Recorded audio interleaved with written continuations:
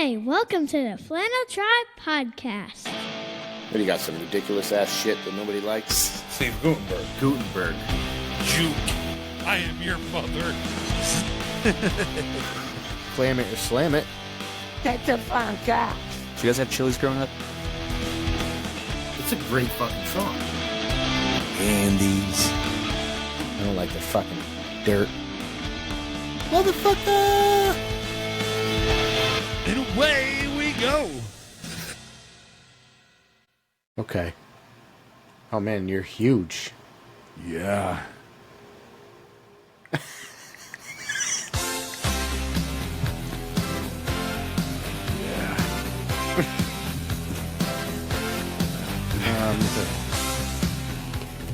Hey, welcome to an episode of Flannel Tribe Podcast. We are going to actually be talking about a movie this time, and not really music. Not just a movie.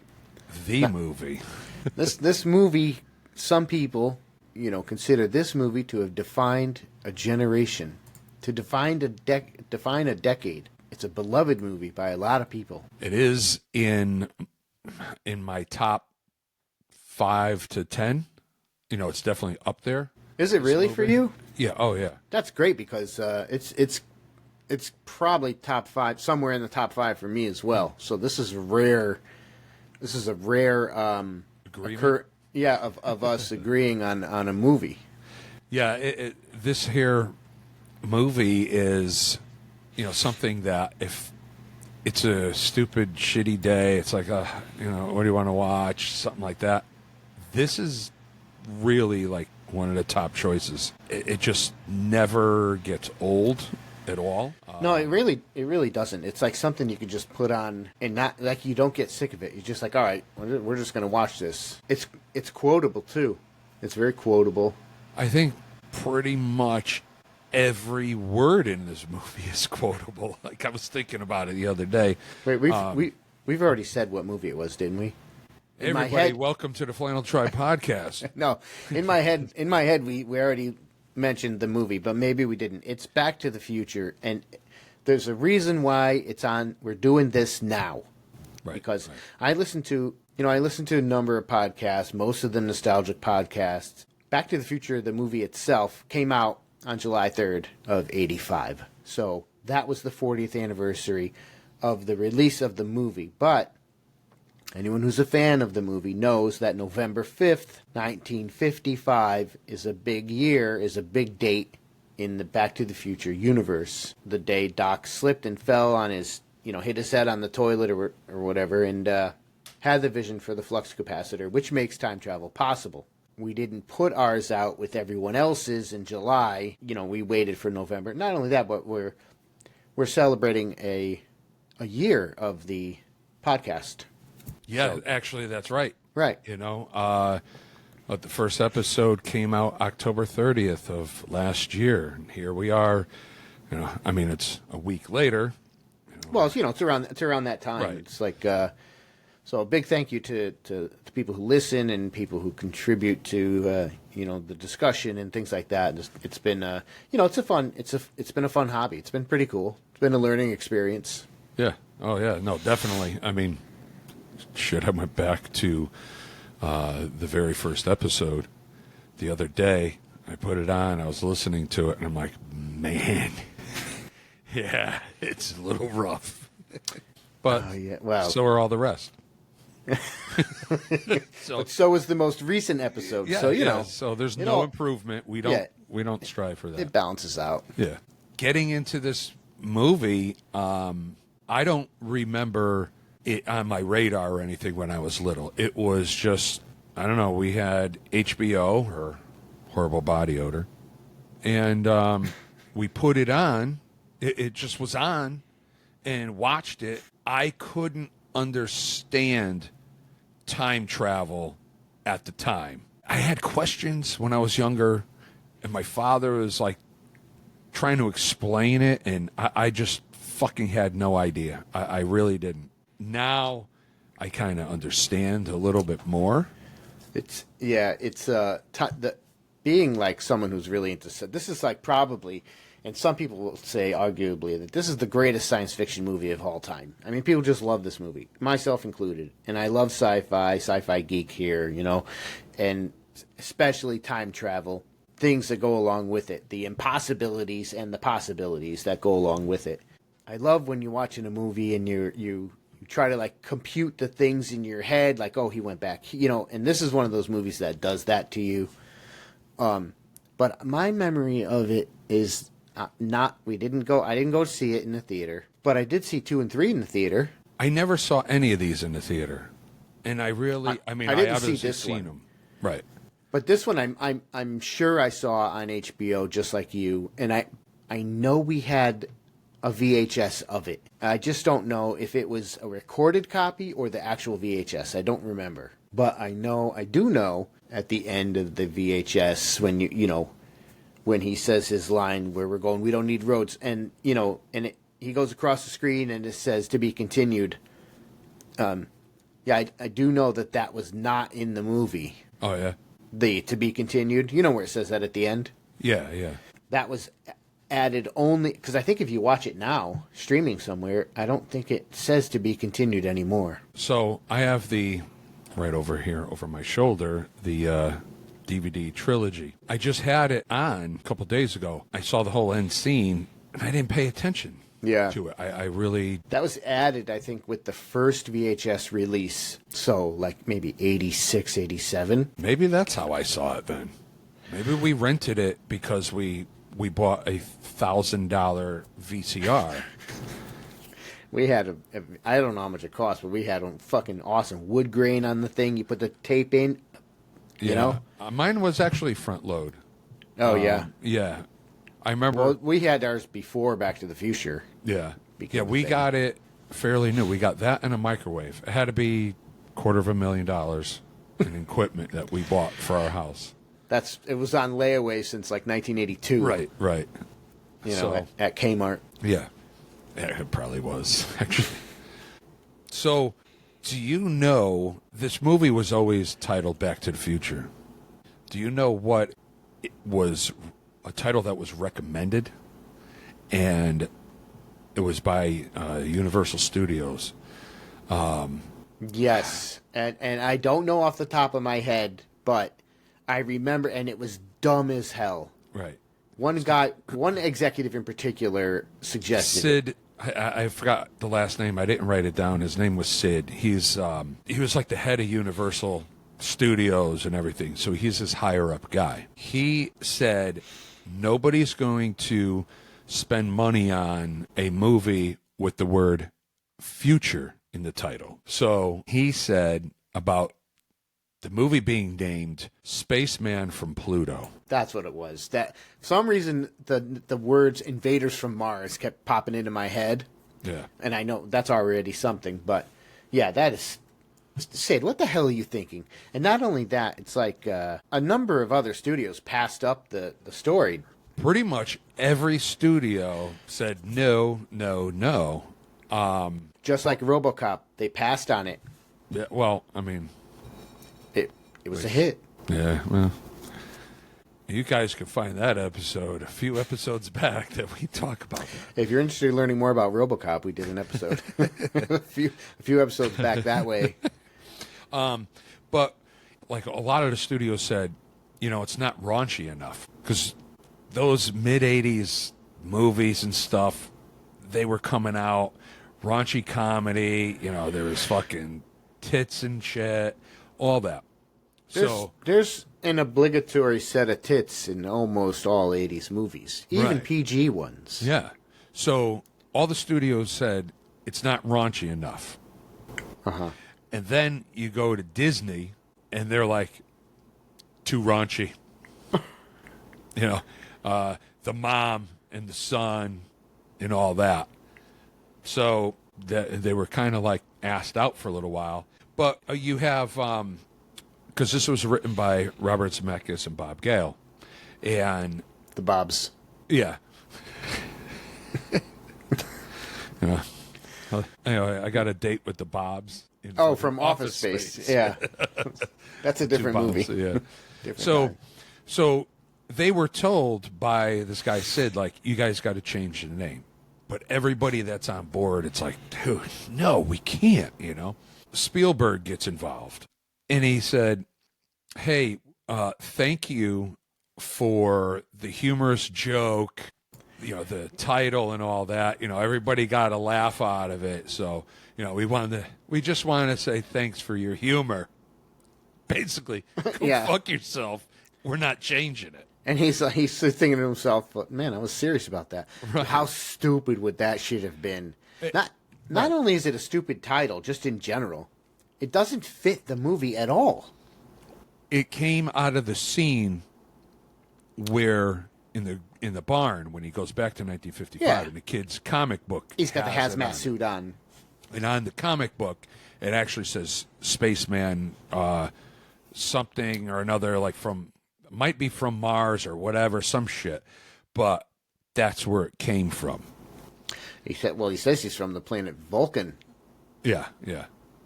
The idea for Back to the Future comes from Bob Gale. He had gone back home and he went through, like, he had a yearbook from his father and all that, and he ends up seeing that his father was like a class president. And at the time when Bob Gale was in school, he was like, you know, the anti-class president. Like, they didn't want that. He was against it. Right. So the idea was, Dork. wow, what if I went back in time? Would I be friends with my dad? Like, would we get along? And then, you know, the brainstorming starts going from there. And then it was like, oh, you know, what if, you know, my mom said, oh, I never did anything in school. And then you go back in time and you find out your mom was a whore. You know? Right. So that's where the movie started to come from. The ultimate story of this is the son trying to help his father become a better person. Like, that's the moral of the story. That's a big part of it. It's also a love story stuck in time.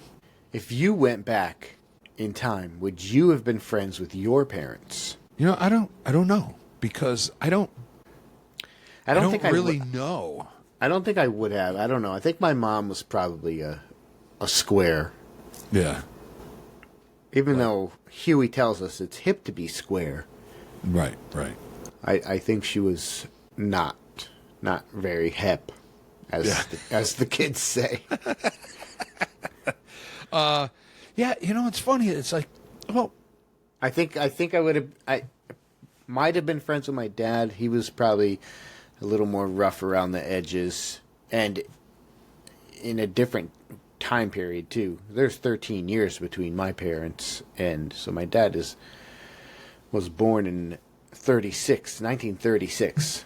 It's fucking crazy. Yeah, if you think about it, that's when my dad was born. So he would have been in the early 1950s. Right. You know, in high school. Maybe he actually met Marty McFly. No, I don't think he did.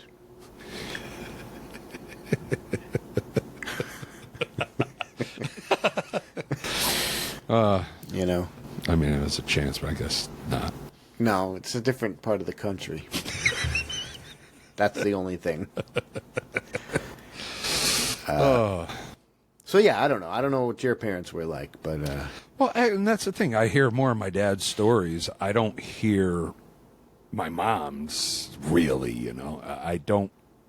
And it's weird just to think about it right now. Yeah, I don't really know any of her stories, honestly. I'll tell you a few. I got a few.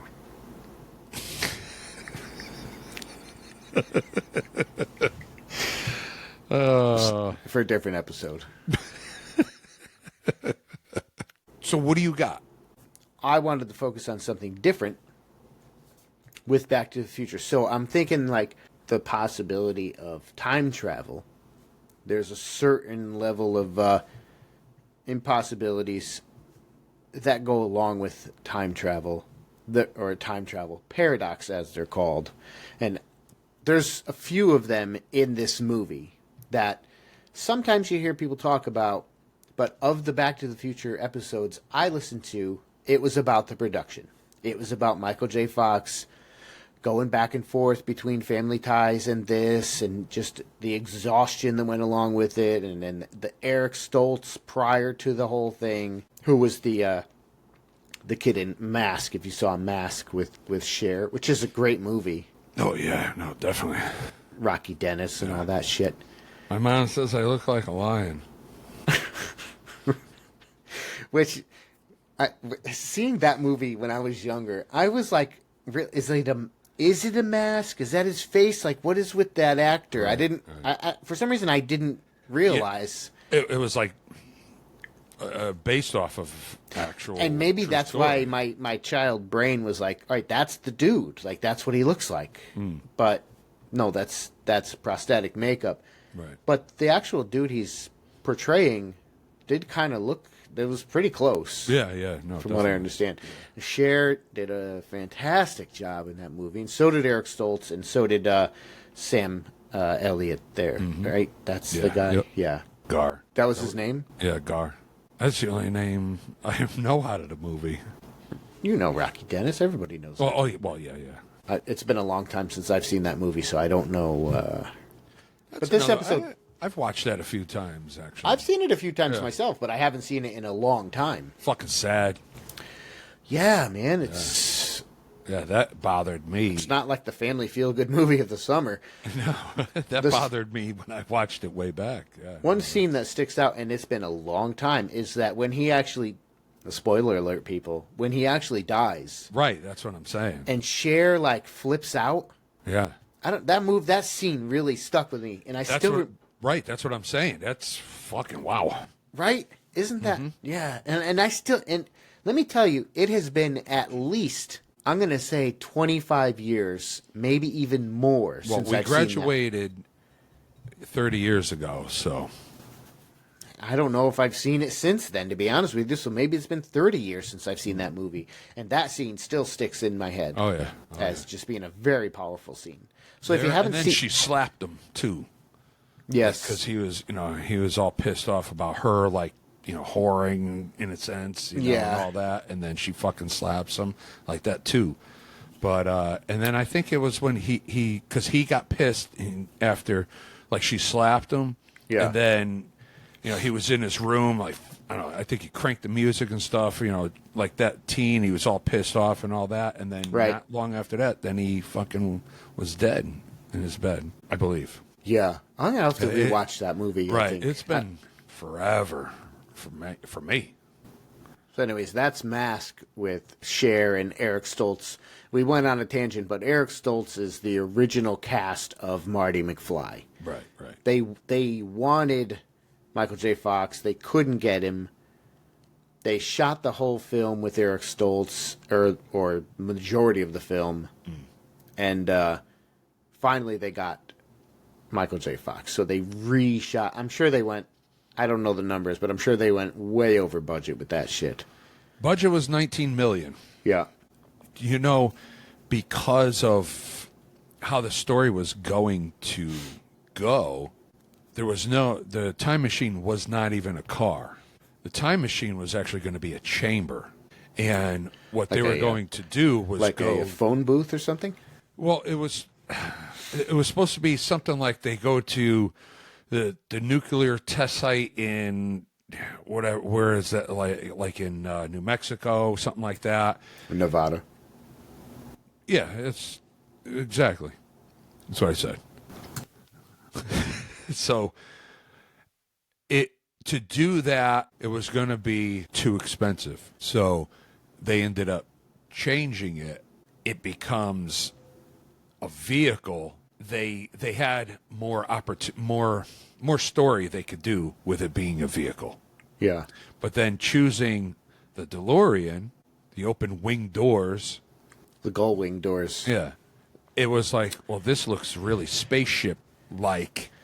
Plus, that car was stainless steel, anyways, and probably weighed a lot. Yeah, and that's where that came into play. That car came in, and DeLorean at the time, I believe it was at the time, it wasn't doing well, or it was tanking, or it had tanked. I don't think it was well received, anyways. It's just No. those doors aren't practical. I mean, you're not pulling into any parking space with those doors. Right. And that car, I mean, it looks cool. yeah, that car, Michael J. Fox said it was a vehicle nightmare or some shit because all he did was get beat up on it. Sometimes the door wouldn't stay up. They had to, it was all tight and stuff in there. And for them to do like camera shots, they had to have a couple of them, and they had to cut sections of the car apart so they could have cameras in there. I guess Michael J. Fox was actually even driving it in scenes. And, the fucking acceleration sucked and all that. So it sounds like working with the car was a nightmare in this movie. Really? So that's a car. That car in that movie was probably only a couple of years old, because I think those DMC 12s are like from 82, 83. Yeah. Well, the head guy of DeLorean, I forgot what his name was, but ended John. up, I think it's John DeLorean. I think he sent a letter to, like Zemeckis and stuff, kind of saying, "Hey, thanks for kind of keeping my dream alive, in a sense." So I think that was cool. Because of the movie, the car is highly collectible now. People, look for those cars just because of the movie, more or less, and not because of that it's a DeLorean. On the car, the big vents in the back. Well, that's not part of the DeLorean, but yeah. No. But, when they were putting it together to make it look like, this time machine, the car is nuclear powered. So with nuclear power plants, and they have the big fucking towers, that exhaust all the heat or whatever. That's why those are on there. And that's why when the car does come back while they're in the Twin Pine Mall, it blows it all out, because that technically is what would happen because it's nuclear powered. You mean but it only does it that one time in the movie. It doesn't do it anymore. You mean to tell me you built a time machine out of a DeLorean? I figured it'd do it with some style. Travel with style, whatever he says. So he shows up Marty goes to the fucking Twin Pines Mall, and Doc backs the car up out of the trailer, Sounds good. I wonder if that's the actual sound of the car that was put in there. Oh, the exhaust? Yeah, it does have a nice sound. It sounds great, yeah. It does have a nice little rumble. Yeah. And he backs it up, and he gets out. So I'm thinking, how did he get into the fucking car? Yeah, you can't open the doors in there. Because, so how did he get into the car? Because he had to get into the car, drive it into the trailer, and then somehow get out too. Close the trailer door and wait for Marty while he's sitting in there. Fuck, where's Marty? And then he hears fucking something going on outside, and then he's like, "Oh, he must be here. All right, here we go." Yeah, who's opening that door? Maybe he's got a clicker or something. It's like a garage door. But you're not opening the doors to that car inside the trailer. You know what? I totally missed that. So how are you getting in? Fucking missed that. Shit. Yeah. Well, it's just one of those things. It looks great for the movie, but practically, there would have to be a truck driver or something. Well, that truck there, that's like a bread truck, or a UPS truck. You have access to go from the cab straight into the back of the truck. Oh, is it? I don't even remember. Yeah, because actually, it's not a tractor trailer. No. It's like a big old Entenmann's fucking truck that your father would have drove. That you can fit a car into? Well, maybe they made this one a little bit different, but yeah, it is one of those big fucking UPS type. Either way, you're not opening those doors. So when you're inside the car, you got in the car while it was out of the truck. Yeah, you know what I mean. So somebody drove you there, or the window was down and you climbed over all sorts of shit to get in it. and then put the window up and backed out and then opened the door. I couldn't figure out the windows because it has the black, like, was it down permanently or was there like a black bar halfway across? What's with the windows on that? I don't know. I really don't know. No idea. Take a look. You know what I'm talking about or no? Yeah. No, I Like, get is it. it halfway down permanently? Like, I never could figure out what's up with the windows on that DeLorean. Yeah, I can't picture it. Can't picture it off the top of my head, and It's I'm just not weird. It pulling looks a like it's picture up. yeah. It's weird. That was another thing that bugged me. I mean, nothing about the movie bugs me. It's just it's one of those movies that you've seen so many times that you just that it's fair enough to nitpick. well that and you notice these things. Right. Like, one of my what? Oh yeah, no, go ahead because well I have a couple things, nothing bad that I just noticed. There is one thing that is off, and we'll get to it. maybe that's one of my paradoxes. So I have a couple here that I wanted to bring up about the sort of plot holes or ripples in the timeline, if you will. Okay, interesting. But what I was saying is about noticing things in movies. One of my favorite action movies of all time is Commando. RoboCop. No, RoboCop's awesome, but it's Commando, Arnold Schwarzenegger. Yeah. When's that? That might be 85 as well. No, 87. Oh, is It it? all came out in 87. Yeah, that one came out then too. Commando? You know what I'm talking about. Oh, sorry. No, I'm thinking Predator. My bad. Yeah. I'm talking Commando. Commando. bro. Yeah, Alyssa Milano. Exactly. Yes. Yeah. That was actually the reason why I watched that movie. Watch it. Have you seen it? Watch it now. She's a little girl. She looked like she was like a. You watch it now and you're like, oh my god, that's a little girl. Right. But at the time, you know, Same age. you're also a little boy. Anyways, but there's so many mistakes in that movie. Like visible strings on the screen, and you know, there's so many mistakes. Like the van is supposed to be broken, but you can see the smoke coming out of the exhaust. It's like, how does it start? It's not. It didn't start, but it started. Right. You know, just things like that. Yeah. Oh, man. But I love that movie, and that's what I'm saying. Like you just notice these things by watching it a million times. You know? Man, fucking Commando. I saw that once, twice. I liked it. But... It's one of those movies that we had on VHS, and I think we recorded it. No, we definitely recorded it off of HBO. 100% recorded it off of HBO, and I watched it to death because I remember the HBO announcer. He'd come on in between movies, and he was like, and this was on the VHS tape, he was like, hold on to your howitzers, because Arnold Schwarzenegger starring in Commando. And I had no idea what a howitzer was, but it's a weapon. But that was the announcement, and that's why I remember it. So it was recorded off of HBO, but that's a movie that has a ton of mistakes. Yeah, there are a lot of movies where, the fucking passenger side of the car is fucking sideswiped. And then in another scene, the car goes by and it's like, wow, that's pristine. That's Commando. Fucking banged up again. That's Commando. Right. The yellow Porsche they were driving was the. Oh my God! Yes, I do. I do know that. They crashed the Porsche and it went up on its side and they were like this. Yes. They get out the thing. I remember that. And Arnold Schwarzenegger pushes it down, and then they get in and drive off, and there's not a scratch on the car. I do fucking remember that. Holy shit. Yep.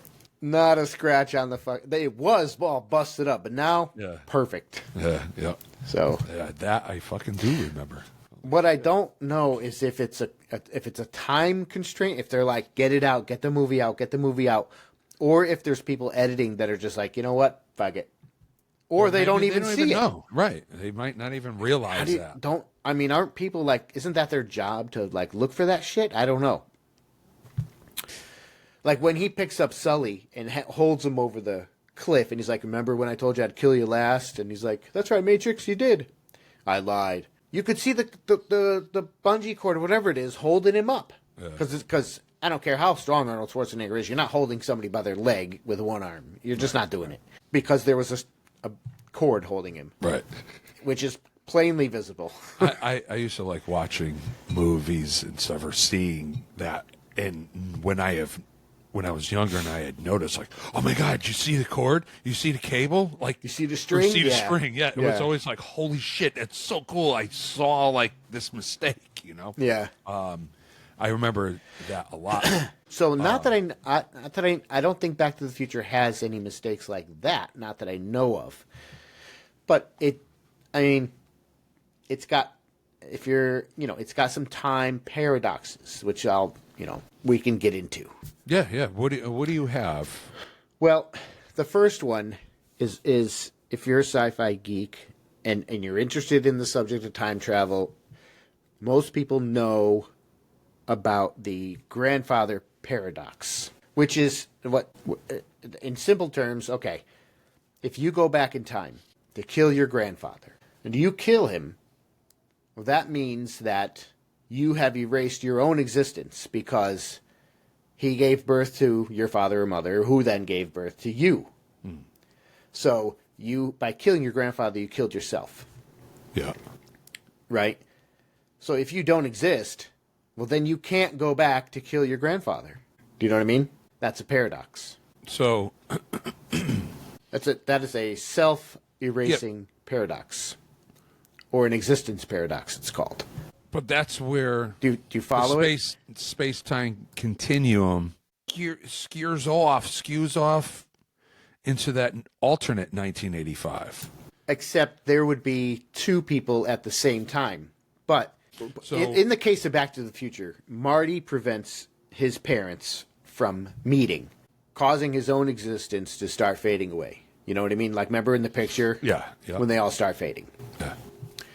So if that continues on, Marty will never be born. Right. Meaning he can't go back in time to stop their meeting. But if he doesn't go back, they do meet, and he is born. So then he does go back. You really got to think about it. You can't for anyone listeners, I hope maybe you might want to blaze up or something right now to really try to figure this Well, out. so how I'm looking at it is this. If you travel back in time, I'll say it this way. Every minute of life is happening all at the same time. From 100 years ago to 10 years ago to yesterday. All those minutes are live right now. So that's how I'm looking at it. So my grandfather is alive right now. That's how I'm here. You go back and do it, kill the grandfather. The moment you do that, you should just disappear from existence. And with that happening, I also started thinking today, the Butterfly Effect, that movie, that's another good movie. That's a good movie. So but that's where, so as soon as you do that, you should be dead too. You should, boom, not exist anymore. Because at the moment, your grandfather is still alive in the past and you're alive today. That's why you're here. But when you go back and eliminate it, you're eliminated too. So you're killing your grandfather, your father, and yourself. Right. That's how I'm seeing it and thinking. Right. So did I just smash the code to shit? Now the whole world's fucked up? No. It's still a paradox. It's still an endless loop. Do you know what I mean? Because if you kill your grandfather, then you are never born. Do you know what I But mean? he wasn't killed yet. That time period existed, and you go back to that time period while he was still living. So you are still born. Right. But that alters But time after. But it's time is it's a steady line. So that means if you kill him, you're never born. But Right, so that's if where you I say if you're you dead, do you're if you gone. do go back, that means you have been born. You see, it'll fuck with your head. So that means you didn't kill him. All right, so this might come into play then, a thing that I noticed in the movie. Now, the whole butterfly effect thing that you're talking about, that's a different type of paradox, which is also present in this movie, and I'll get to that in a bit. When Marty is out and about in 1985 by the clock tower, all that stuff. All right. In the very beginning of the movie, when he skates into town, the van pulls out of the parking lot. Re-elect Mayor Goldie Wilson. Okay, yep. Okay. All right. I'm with you. How? Because Marty didn't go back to 55 yet to give Goldie Wilson the idea to run for mayor. So it's already saying re-elect him as mayor, and he hadn't even gone there yet to put the idea in his head moving forward. But he goes there. Do you know what I mean? So, Well, so at the time that you're seeing Marty, 1955 has already happened with Marty. It happened 30 years prior. That's how. And that's what's odd. It was like, but you're seeing him. It's a today. it's a singular timeline. You know, it's just time is persistent. So even though Marty in 1985 doesn't have the knowledge of going back because he hadn't technically done it yet himself, 1955 already happened, and Marty has already made his mark on 1955. This is why these things could never really happen. You know what I mean? So going forward with that concept, that is called like a recognition paradox. Yeah. So at the end of the movie, that's a good example with Goldie Wilson. Marty has already been in the past. It just hasn't happened in the movie yet. Okay. But George and Lorraine, Marty's parents, they remember the guy that helped them fall in love, Calvin Klein. Mm-hmm. But they don't remember at all what he looked like, and don't put two and two together that he looks exactly like their son. Right. So how did they not remember what he looked like? But they remember that he was a guy that got them together. You know? It's just a little weird that they should immediately see that he's grown into this guy Yeah, yeah. who looks exactly like the guy that got them together. Right. So that's a recognition paradox. That's an end of the movie thing. It's a logical thing, like Goldie Wilson, as opposed to like a time-based one. Because you would think to yourself, wouldn't they, like, all this has just happened, because as the viewer you're watching at the end of the movie, all this has just happened. Wouldn't they recognize him? You know? Right, right. Yeah. Like, you know, she kissed him in the car. You know? She wouldn't remember. Kissing my brother. Yeah, it's like I'm kissing my brother.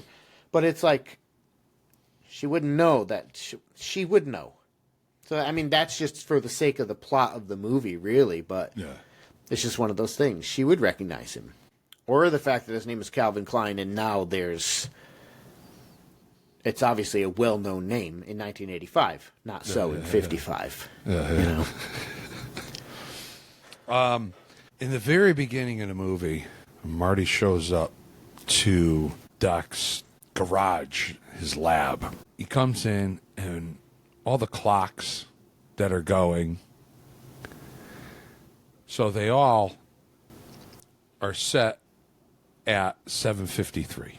I'm late for school. Right. Yeah.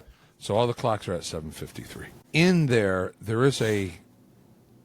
is one clock that actually is like, it's like a metal, like almost like a pewter type clock. And it's a building and has the clock face on it, and there's a guy hanging off of like the big hand. Oh, yeah. I think I And I heard was like, something holy about that. shit. Like, wow. The way I was watching it, I was starting to like look in the scenes of the movie. Right. So, you know, aside from everything's at 7:53, there is that. And then there's a clock that turns on the TV just before the TV comes on, and it says about the plutonium fucking missing and all that shit. There's a little teeny black clock, and it flips the switch to turn the TV on, almost like the alarm goes off on it. Because you have the other one that does the Calcan and all that shit. Calcan. Yeah. That was the one that had the little blue pill that would go through the lid of the fucking can, I think, in the commercials. Yeah, I think so. This clock is the only one that is not at 7:53. And it's also the only clock that has 10 numbers on it, and it's reversed. And the 10 is in the 12 position, and then it goes 10, and then it goes 1, 2, 3, 4. So 1 would be at the 11 o'clock position, and 2 is at 10. It's really weird. This thing is set up backwards. I never noticed that. I got to take a look at that. So it's the only clock in all of them that's different. The numbers are reversed, and it only goes at 10, but the hands are in the position of 5 after 2 or some shit. Really the oddest clock in there. So that I really started to look at things in scenes, and I came across that, and then it was about Marty, and it's funny because he goes back to the year 1955. 1955, by the Academy Award, the best picture was the movie Marty with Ernest Borgnine. So it's like, oh, that's Really? kind of funny. But it was just I didn't know that. coincidence. It was just coincidence. It wasn't, let's name him that because of that movie. It was just coincidental. They were looking for just easy name, quick name to say. That's how they, Bob Gale and Zemeckis came up with his name. Marty Marty McFly. just quick. Yep. Think, McFly. Think. I did not know that Crispin Glover was replaced later. Yeah, he didn't make it into the second one. Yeah, I did not realize it, but that other I guy actually, looked what's real funny is close. I saw him commenting about it, I think, recently. Maybe it was an old video. I don't remember. Man, I don't remember what he said. I don't know if he was pissed. Was he impossible to work with? I didn't really look into it more. So Jennifer, too, was replaced. Yeah, actually, I don't know. I thought the first girl was better looking, personally. Oh, shit. Because then it was, Elizabeth Shue. Yeah, sorry. Right. So, but no, Glover was, it almost sounded like he was acting bigger than he actually was. No, the character should do this. And, he said something about whatever fucking scene, I forgot what it was, that his hair should be fucking straight up in the air. And I'm like, fucking no, that's not how it's going to be. And I think, listen, either Zemeckis or Gale said something about not really liking when actors kind of do improv or go off on their own or redo the scene. They weren't into that. Well, and that's kind of what Glover was trying to do in a lot of it. And I was like, nope, it's not. That's not how it's going to be. It's like this. So after was that, tough to work with then. Yeah, he was done. That's too bad. The second one is great, too. I love the second one. This episode is for the first one because of November 5th, 1955. But the second one is really good, too. Yeah. Oh, yeah. No, definitely. Yeah, like I said, I got a lot of stuff here. Things that I kind of found just interesting. When he's late for school. First off, what's the guitar? What is that guitar? Is it anything? Yeah, it's I forgot what the name of it was, but it actually had, I think it was like a travel guitar that has a speaker built into it. Yeah. You know what I mean? So you can play that guitar without an amp and have it. Right. I don't remember what it was called. I knew at one point what it was called, but it's not something that would have been sought after. Not by me. Yeah.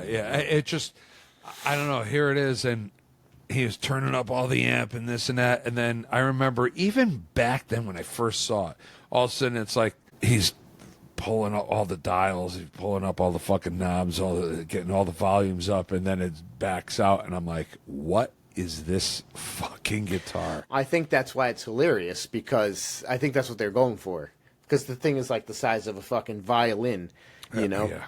And he's got this massive speaker. He's all these dials and shit like that. Yeah. And he's got this little tiny guitar. Yeah, it's just like, what the hell is that fucking thing? And it sends him flying. Yeah. But yeah, when he leaves on the skateboard, because, damn, I'm late for school. Bam, bam. Yeah. Bam, bam. He goes out. That Burger King still exists to this day. Yeah, I know, yeah. He goes out and he grabs a hold of the back end of a blue Ford Ranger pickup truck. And then when he's downtown, he grabs the back end of a blue Jeep Wrangler. And I don't know why I just picked up on it, like Blue Ranger, Blue Wrangler. Just was kind of funny. And then later he hooks up with the cop car and all that. Right. But You think that was on purpose, maybe? I don't know. I don't know. It's just I thought it was kind of funny. All the ad placements in there. The dude driving first off, the Burger King all over the place. Well, I think that was, who knows if that was in the original shot, because they used up a good amount of their budget money with Eric Stoltz. So maybe they were like... And I wonder because, movies must do that. It's like, hey, in a sense, I'm not going to say free advertisement, but you're blatantly putting it there. Like the guy driving the Jeep, he's got a Mountain Dew hat. It could have just been a regular hat. He has a Mountain Dew ball. Well, it's on purpose, but I think it's paid for by Pepsi Company or whoever. Right, and it's got to be, So. And they might be. I don't actually know how that works. I don't know if, like, Bob Zemeckis approached them and said, "Hey, you want to ad time or whatever product placement?" Or Pepsi called up and said, "Hey, I'd like to get in on that." I don't know how that works. Right? Yeah. It's got. It's obviously blatant. It's an ad. Yeah. Right. We can see that. Actually, I love that type of shit in movies, especially older movies, because I like the old, what I do when I watch movies that are like from the 80s and the 70s. I always look at like what's on the shelf in the background, or if they show a kitchen, like what do they have? Yep. As far as like old labels and like in the Lost Boys, there's a box of the grandfather. No, he has a box of boppers on his counter. Yeah. Nobody but me remembers fucking boppers, and the Lost Boys is the only confirmation that I have that they actually existed. Well, you can Google them. Yeah. But they were like... What the hell was that? They were kind of... I don't want to say candy bar, because it's not a Snickers, but it's kind of like... It was kind of like a chocolatey thing, but it had... On the outside, it had like... It was cylindrical, and it had like Rice Krispies on it, and you bit it, and inside there would be like peanut butter, and...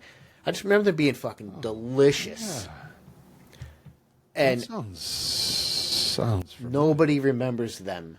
You can see them if you Google it.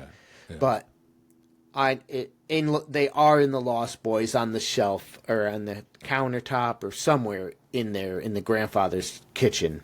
So that's my confirmation that they were a thing, and I used to love them. I loved them. Yeah. But yeah, that's what I do when I watch movies. I always look for what product I can see. I just like I don't know, I like that shit. It's an immersive thing for me. In putting this movie together, they wanted Marty McFly to invent rock and roll. So that's why they also went to 1955. And he was to invent rock and roll and also skateboarding. He kind of invents skateboarding. So he was a skateboarder, which actually Marty McFly actually was a skateboarder too. And when he rips the fucking crate off the kid's fucking thing and used it as a skateboard, all that. So what's that thing he's on? Right.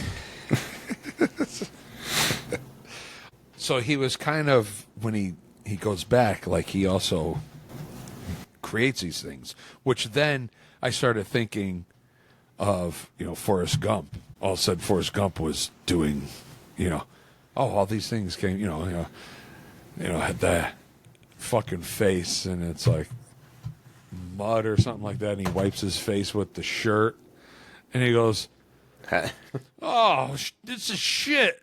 And then he goes, it happens. Shit happens. What does? Shit? Sometimes. Yeah.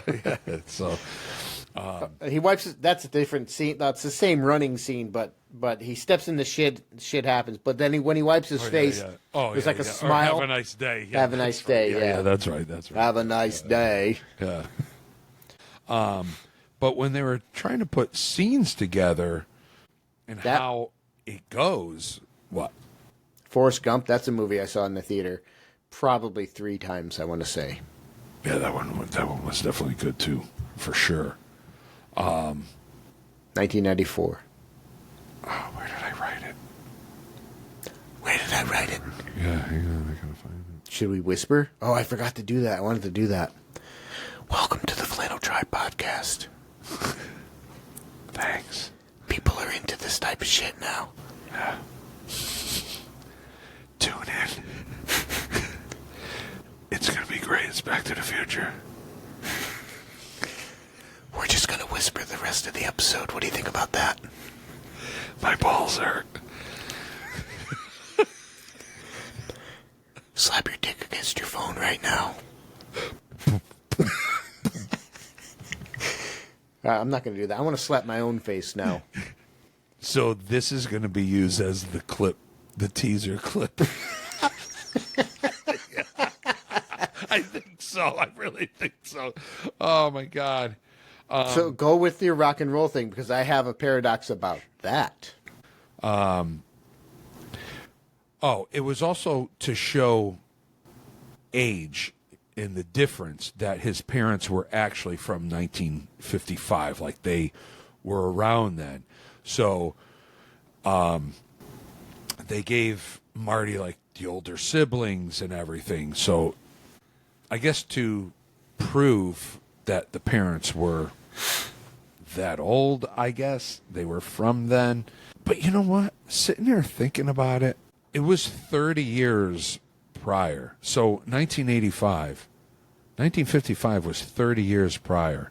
Today, that's nothing. I can't believe how close we were in 85 in our actual lives. How really close we were to 1955. But it was like that was 100 years ago. It goes back to, I think, our first episode when I said those decades have their own separate identities. After 2001, I feel like 9/11 was the stopping point. That's it. I feel like everything has been just same old ever since. Nothing is I don't know. So that's why it seems like a significant amount of time. It's because each decade had its own identity. You don't pull up a picture from the 50s and say, I think that's the 70s. You know what I mean? Right. Now, you know it's the 50s. You can tell by the way it looks, But pull up a picture from 2010. What's the difference between that and 2025? I don't know. You can't tell. Yeah, not much. No. So that's why I think it seemed like a significant difference. That's just a theory. I might be wrong. I don't know. It might be. Some people think I'm a pessimist for that, but I don't think. I think it's pretty accurate. Yeah. No. I get it. I definitely get it. Well, continuing with your birth of rock and roll. So Marty plays Johnny B. Good at his high school. Yeah. All right. Chuck's cousin Marvin Berry, holds the phone up. Yeah, he's on the phone. I'm going to say he holds his phone up. No, he doesn't. Yes, he does. He's on an actual phone with a wire. Remember those? Yeah, called landlines now. Right. Landline. Yeah, then it was a telephone. Then it was just a telephone, yeah. Anyways, this is your cousin Marvin Berry. You know that new sound you're looking for? Listen. So he's implying that Chuck Berry got the idea to make Johnny B. Good by hearing Marty McFly play it. But to Marty's knowledge, that is an already existing Chuck Berry song. Right. Do you know what I mean? Yeah. So, he's doing Chuck's moves on the floor and all that shit. Where did it come from then? Yeah. You know what I mean? Yeah. If it didn't come from Marty thinks it came from Chuck.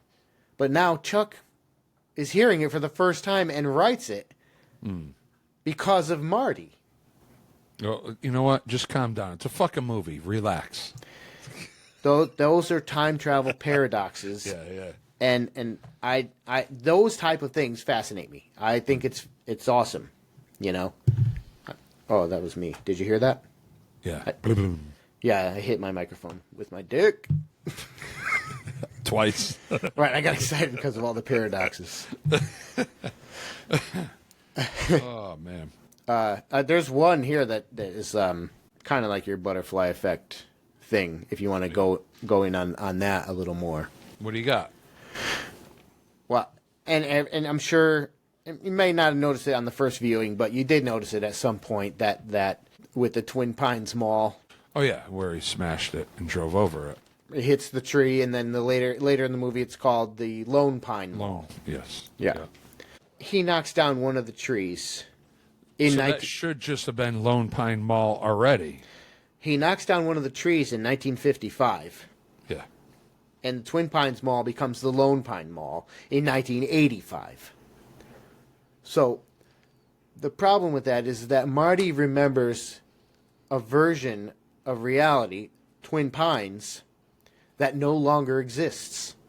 So his memory comes from a timeline that's been erased. You know what I mean? He erased that thing from existing. Yeah. You're starting to ruin the movie for me. Again, to his knowledge, he remembers, so it should just erase his brain. Yeah. I got that. Going back with the other stuff, yes. So it's an indication on how the past can instantly rewrite the future because of one simple thing, aka the butterfly effect. You know, and I'll hit you with one more. Oh, that too. Yeah. What? Here's what Hit I had. me. Yeah, here's what I had with this one, and this one is the one you might have to think about a bit. But this is called an information loop, aka a bootstrap paradox. Okay. So Marty writes Doc a letter in 1955 telling him that he's going to be shot in 1985 on such and such a date. Yes. Right? So On Doc, the night I go back. on the night I go back. No, you know. So Doc decides to read it. We know how it ends. He decides to read it. He wears a bulletproof vest and he survives because he read Marty's letter. Right? So if Doc doesn't die, so Doc never dies, the Marty never witnesses the shooting. You know? Because he was still in 1955. Do you know what I mean? Remember? And then he comes up over the hill. So if Doc never dies, Marty never witnesses the shooting, meaning he'd never have written the warning letter in the first place. If he doesn't write the letter, Doc dies. Right? So what's he do? He writes the letter. And Doc survives. Yeah. But if Doc survives, Marty won't write the letter. But if he doesn't write the letter, Doc dies. That's starting to sound like noise. Doc dies. You see what I'm saying? Right. Yeah. That's called a bootstrap paradox. Yeah. And that is just another, it's not a plot hole. It's just something that happens with regards to time travel. It's why, theoretically, time travel is possible. But we won't achieve it, at least not in any near future or distant future that I can think of. If you can manage to travel faster than the speed of light or at light speed, you can potentially go back in time by seconds, maybe minutes, nothing like 30 years. But we can't achieve light speed. So you're stuck right here in good old 1985. I mean 2025. Yeah. Dun, dun, dun, dun.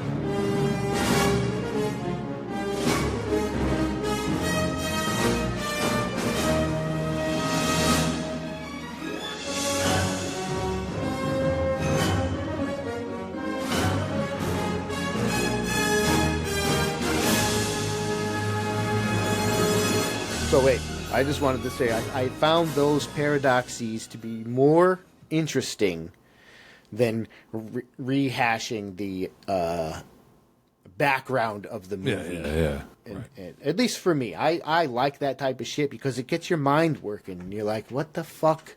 Like, how's that even a thing, you know? And I don't know, it just gets your mind working. Yeah. What happens if you go back and you save Jesus and prevent him from being crucified? You ever see Jesus getting his nails done? Not without a DeLorean.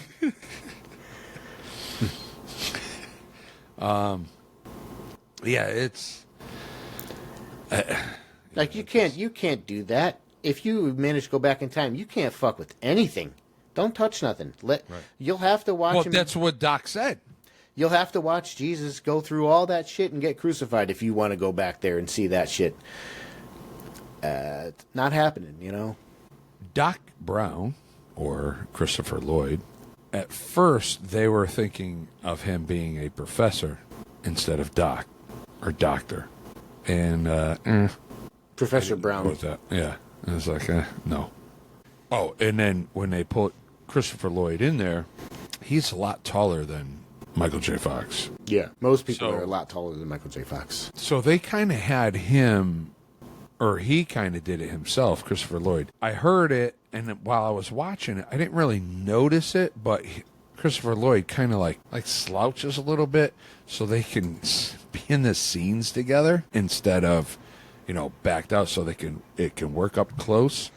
Yeah. Christopher Lloyd kind of created the character, obviously as a mix of Einstein and Leopold. What the fuck is his last name? Leopold Tchaikovsky. You know that guy? He's referenced in the Bugs Bunny cartoon. Leopold. When the guy comes out to sing, and he's like, la la la la la la la la la la la la, and then he pulls his hand out of the glove, but the Bugs Bunny's glove is still in the air. It's going like this, and the fucking singer is like holding that note because Leopold is actually like the conductor of him. Mm-hmm. Yeah, Leopold Tchaikovsky. That's not the one where he goes with Daffy Duck and they're going nuts. Fucking. No. You know? No, yeah. No, it's some concert with this big like Pavarotti type guy. And then Bugs Bunny comes on, and he's got that like white wig. He comes out and they're everybody's like Leopold. I don't remember that. Yeah. I don't know what the fuck that is, to be honest with you. I don't remember. Yeah. That's so anyway, so that's where Doc Brown character comes from, a mix of those two. Obviously Einstein, and then Leopold Tchaikovsky. You mean the conductor? The composer? Tchaikovsky? No, what? No, that's not Leopold's. Not his first. No. Never mind. Edit that out. Yeah, I will. Some stupid little thing that I also noticed, and it was so extravagant, and I always thought it was funny. When it gets to the point we have to send Marty back to the future, Doc makes this whole fucking miniature downtown just so he could drive this car, so he can explain how it's going to work, right? It's highly detailed. It's great looking, too.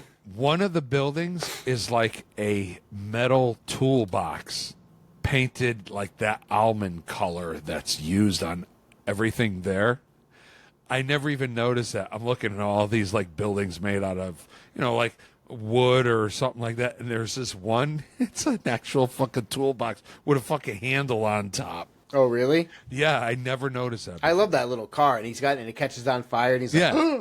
So the car hits the floor, and then fucking goes across the floor of the garage, basically, and then hits the fucking pile of rags and blows into, catches on fire. But when the car hits the floor, in that garage, on that floor, you can see that there was stuff that was spray painted. So if you put a box on the floor, like say a metal box on the garage floor, All right, then. you spray paint it, the overspray or the outline is on the concrete now. So whatever garage they used, that was on the floor. And I said, wow, I never noticed that. Spray paint, overspray. Did they have spray paint then? Did you look it up? So I looked it up. Huh. I found it fucking interesting. Good thinking. Yes. So back in 1949, Edward Seymour had come up with spray paint, and it was supposed to be a nice, clean, and smooth finish for painting radiators. The concept dates back to, and this I thought was fucking crazy, dates back to 1790 for spray paint. So someone in 1790 said, hey, you know, it'd be great if I can fucking spray this thing instead of using this brush. Yep. And modern patented version was done in 1927. So spray paint would have been around in 1955. There you go. Never knew it. Also, when Marty goes through the boxes and stuff after he gets blown by the amp, there are a couple boxes in there to say Krylon, but that's in 85. But apparently, Krylon could go back quite a ways because Krylon is big spray paint. Oh yeah, I don't do much graffiti Yeah, no. anymore. I hit You my know the Mr. Fusion on the car at the end. at the end. Yeah, It's only used there. It's never used again in the other movies. is that right? Because apparently they could have fucking started this nuclear reactor in this car could have been started by, recycling your food. Trash. Yeah, it was only done then. There's a couple of, if you want to get, there's a couple of big paradox. I remember reading about it, about the sports almanac from Part 2 that Biff takes. Yeah. There's some paradoxes associated with that too, but I don't know them offhand. But this episode is about Part 1.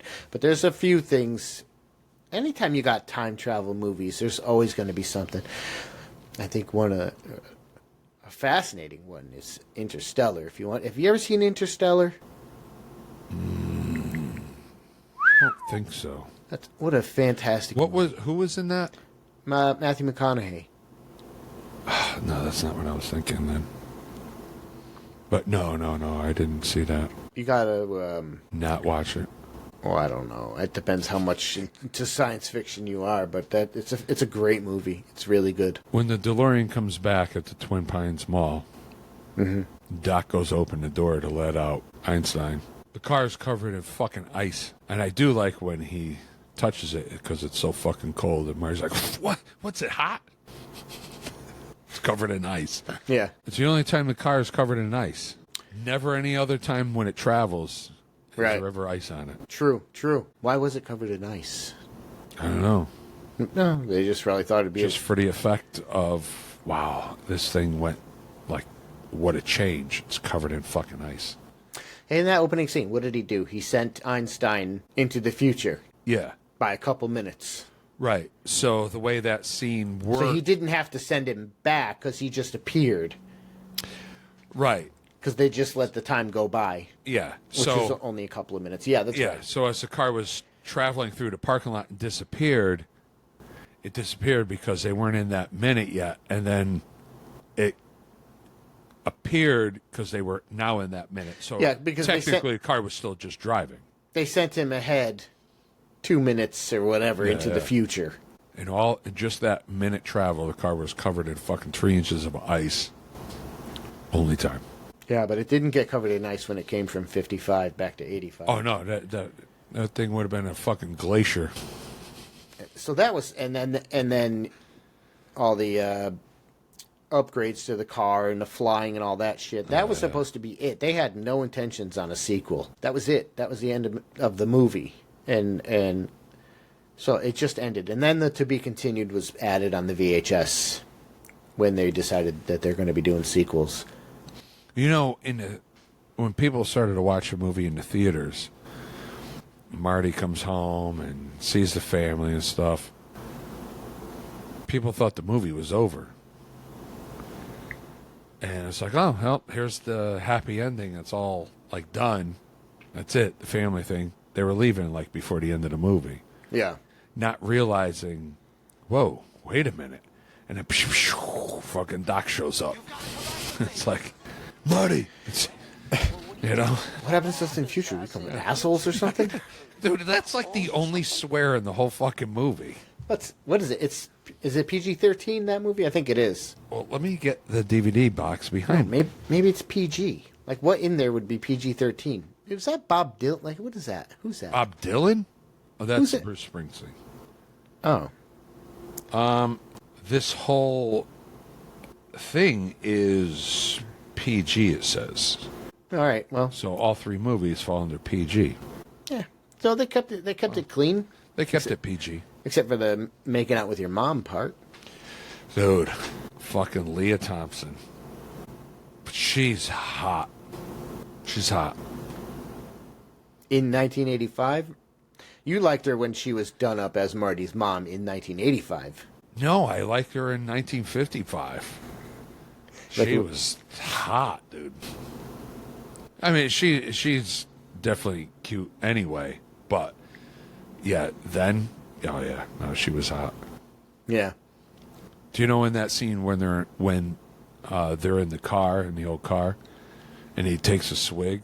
Right. When he's like, you drink too? It was supposed to not be alcohol, and Fox didn't realize that they actually put alcohol in there.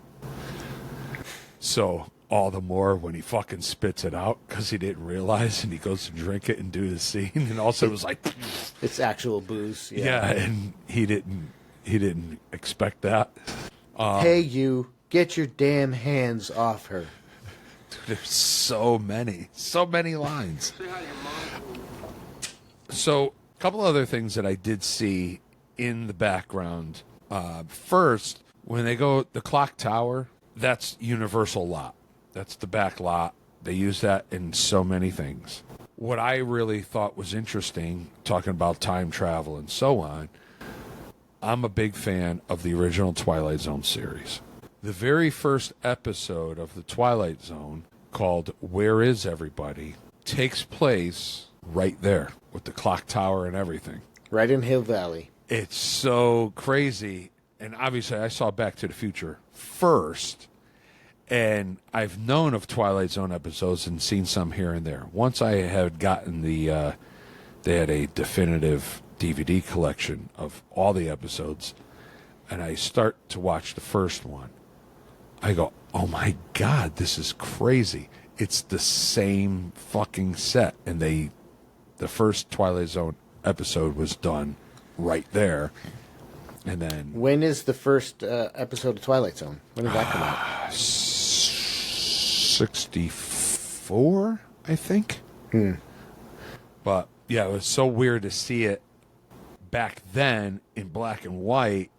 You know, it's like, it really cool to see. There was also, he ends up going to the school because he's late. And he starts to go up the steps. Jennifer's coming out, which... I don't know why. Why are you leaving the school? She comes out and she goes like, "Oh, like don't go here, like because Strickland's looking." And then you guys just don't go to school. No, So they do go. They go. They come back down the stairs. That's when Strickland finds him. All right, And you get the whole slacker scene. Yeah.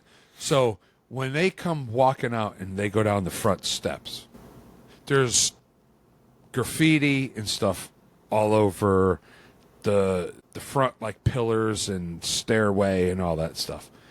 So I was watching the DVD and I paused it to see what's written on there. And I find gibberish writing. Doesn't make sense. So there's one that says Bobby, and then it says Tammy, almost like Bobby plus Tammy or loves Tammy or something like that. The middle word, Bobby, then something in Tammy, it looks like it says Con. I don't know. It's weird. Then the coolest thing I thought was... Con is with in Spanish. Oh, all right. It's hard to tell. It looks like it. But It's hard maybe- to tell for me. Did you ever see the scene where where Michael J. Fox and Christopher Lloyd do that? They're looking at his parents in the class, and Michael J. Fox does it in like a Spanish Mexican. He does it in like a Mexican accent. Yeah. Oh my god, that shit cracks me up so much. Cheech and Chong. Yeah. The fucking coolest thing I thought that I saw. So after they come down, they're just about out of the scene, and the way the stairs come down, the railing, and all, it's all like concrete. There's writing on there. First, it's like HVHS sucks. Hill Valley High School sucks. Hill Valley High School, yeah. But there's another thing on there. OZY space wizard. And I go, is that supposed to be like Ozzy Osbourne, Blizzard of Oz, like, What if and it's then what if Wizard from Black Sabbath? What if it's Wizard of Oz? It was just so weird. It's OZY, and then it's a space, and then it says Wizard. So it's almost like, hey, just throw stuff up on there to make it look it. And there was stuff that just was written on it like weren't even words. It was weird. But that I thought was like, is that supposed to be like Ozzy, like Blizzard of Oz, like, something like that? You won't notice it unless you pause it on the scene. It looks like there's numerous connections between Back to the Future and the Wizard of Oz. Oh, yeah? In fact, according to this, Marty actually says there's no place like home. Is that in the scene where he wakes up in 1955 where he's in the bedroom, his mother's bedroom? Marty says Or she says it. Marty says it to Doc, Yeah? according to this. And I just looked it up real quick. I Googled OZI Wizard Back to the Future. Yeah. OZY. OZY, yeah. Oh, It didn't recognize that, but you know how it gives you the AI overview now. It says it could be in reference to all the references of the Wizard of Oz in Back to the Future, and it listed them, including him waking up in a similar way. Dorothy wakes up in Kansas back in 1955, but he says there's no place like home. So maybe that somehow some was related to the Wizard of Oz. wow. Did not even pick up on that one. Yeah. Shit. Oh, okay. So this was not in the. I guess it was cut, but there was a scene of Doc Brown humming and playing "If I Only Had a Brain" on the piano. Wonder if that's in this DVD collection. Because Yeah. it has like all the cut scenes and all that. Interesting. I have an actual picture of what you just described. Yeah. Here, somebody wrote smegma. Oh, yeah. Smegma is on Live there. fast. I see the OZY. Looks like maybe a Z has been scratched out or something, because there's a little space between the O and the first Z. Bob definitely says con. Yeah. So, looking that up, so I'm like, all right, Robert Zemeckis and Bob Gale. Who were their significant others?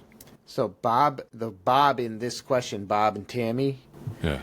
Bob is Robert Wyden, and known as Dangerous Bob, and he's the one that did all of that graffiti. He was the associate prop master.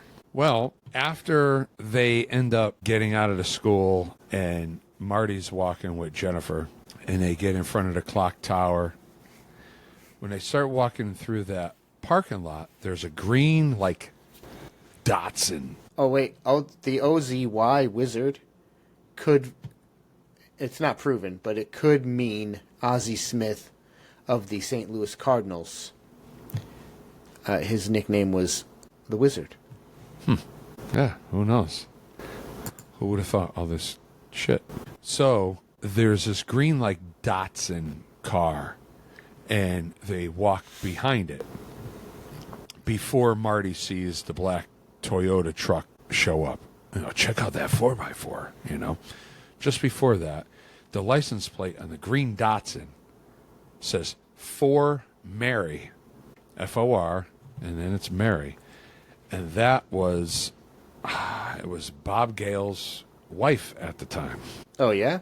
Yeah. I was like, no shit. Never realized, like there was something on license plate, looking.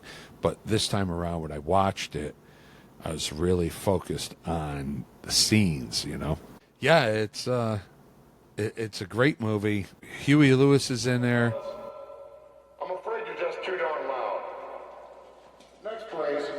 That it's one of the best movies. It defined a decade. It defined a generation. It transcends time. No pun intended, or pun intended. Yeah. Dork here thinks he's gonna drown. I fucking say that a million times a summer. What's with Or into the reserve? fall when somebody shows up with a vest. You know this movie, the budget was $19 million. Box office, 388.8 million. So I think it did pretty well. Hello? Anybody home? Hey, think with flies. That's huge numbers for. Stupid. And you know what's funny about it is take a look, and I didn't think about this because I didn't think we were going to get into it. Otherwise, I would have. But take a look at the summer of 1985 and check out what movies came out that year, and I guarantee that the majority of them are incredible. I'm talking about summer releases 1985. Because summer is a big time for movies. And this came out, and then Back to the Future came out, July 3rd? Yep. So, yeah, the quotable lines when he says, and I still say it, just give me a Pepsi free. And this is a Pepsi free from I think this is from 83. Oh, shit. Yeah. Unopened. Yeah. And it was bought at a Goodwill Yeah. by me. I didn't buy it in 1983. But if you want, we can drink this live on the air next episode. No, I'm not going to drink it or open it. But he says, just give me a Pepsi free. I'll give you a Pepsi, pal, but you're going to pay for it. Well, can I have a tab? Just give me something without any caffeine. So the free meant no caffeine. It's caffeine free. He also, there's a can. When But he's also, take a sleeping. look at this 16 ounces. Yeah. That our bottles currently are 16.9 ounces. Yeah. And I don't know if you could tell on the thing, but this is a big fucking bottle. Yeah, it's got that swirl to it. Yeah. Like this, this has to be a foot. Size of my dick. Let me see this for a second. Hold on. All right, yeah, it's almost as big as you know. But yeah, so it's because of Back to the Future. Yeah, that I have a Pepsi free. I don't remember ever drinking this shit, but I don't think I was drinking soda. But you know what? When he wakes up to hurry up, like, Marty, you didn't sleep, did you? And he wakes up, because he's on his bed in that weird, awkward position because he has to go down to the Twin Pines Mall with the camera and stuff. He's got his arm jacked around his back. He's laying there in his clothes on. Who are we talking? Oh, in the end? No, in the beginning, where he calls him to come down to the mall. Oh, yeah. To meet. And it's like, he's in this fucking position. He's got his arm like around his back. And every time I see it, I'm like, dude, that is not comfortable. But on his headboard, there is a Diet Pepsi free can.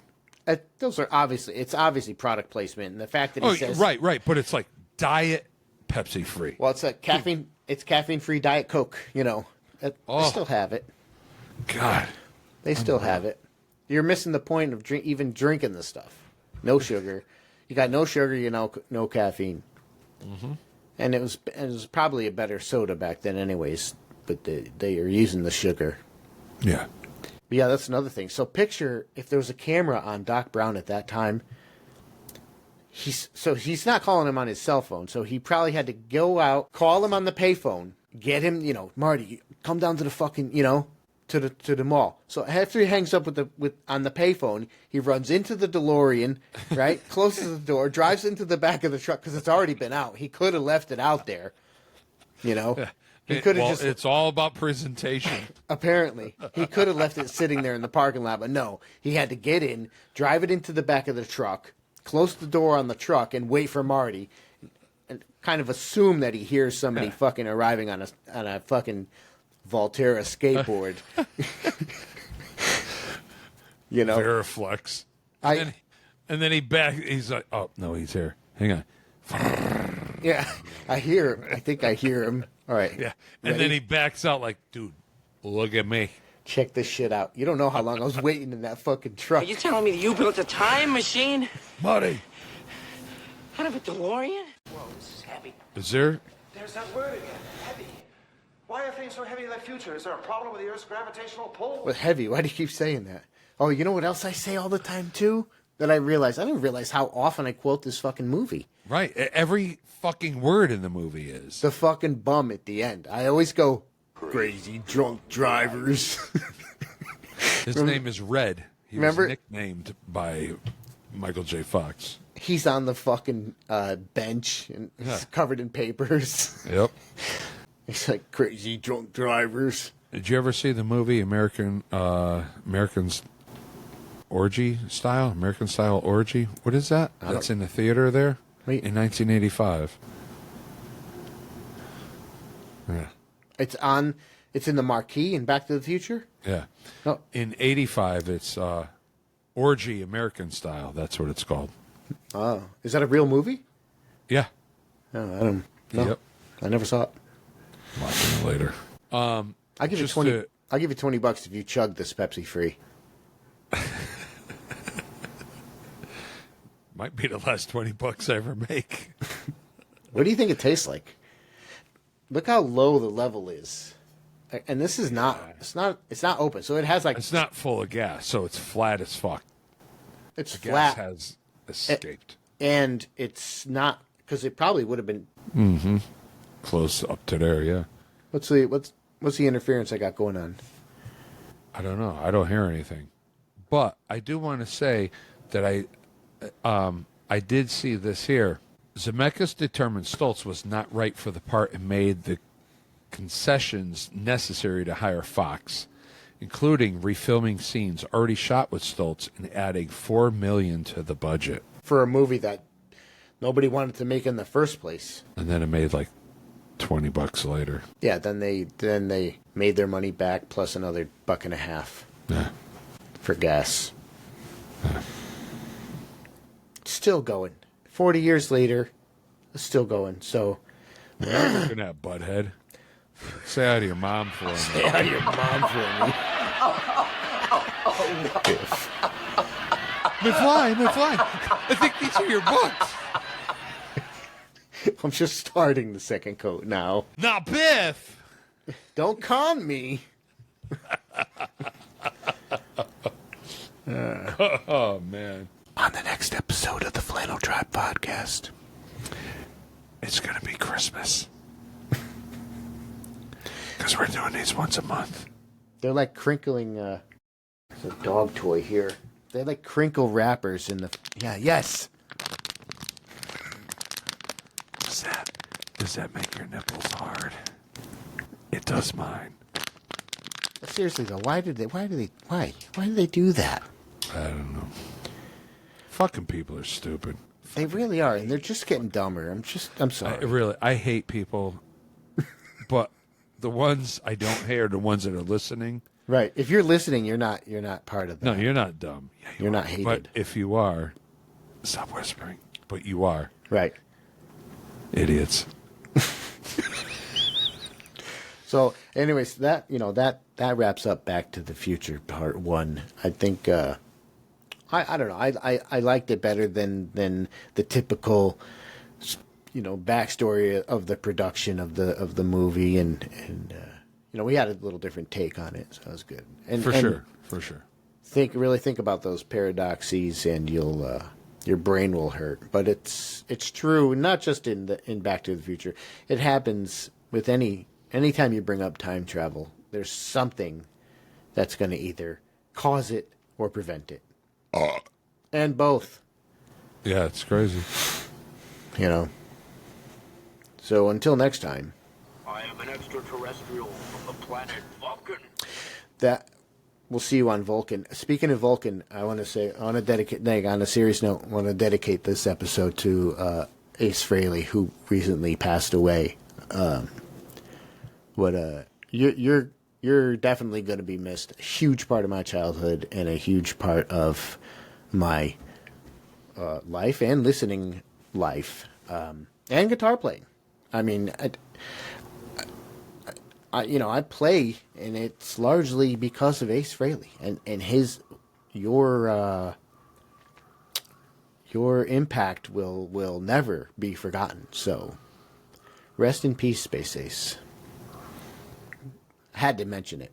Yeah. No, it actually, there's a lot of things we probably should have mentioned in the last couple of episodes. And we've talked about it and never even touched upon it between that, Ozzy, all that, and yeah, it's sad. It sucks that we're fucking starting to lose some of these greats, and there's no more greats that are behind them.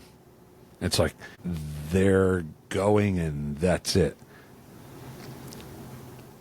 Maybe the younger generation thinks, oh, no, these ones are great. I don't know. They'll have their own greats, and if they don't, then they're missing out. Right. The problem is that now you got to seek it out. Whereas we can turn on MTV and, oh, I like that, I don't like that, or the radio. But now you have to seek it out, because who listens to radio? No one. No. Right.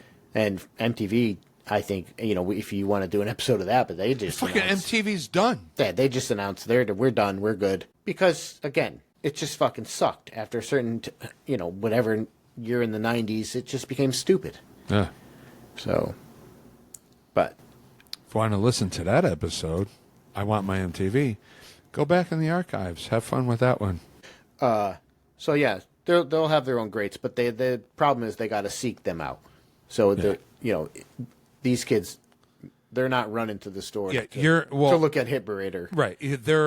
You're with us, we were told who the greats were. But if you want to know what it was like to run to the store and look at Hit Parader, we have an episode like that.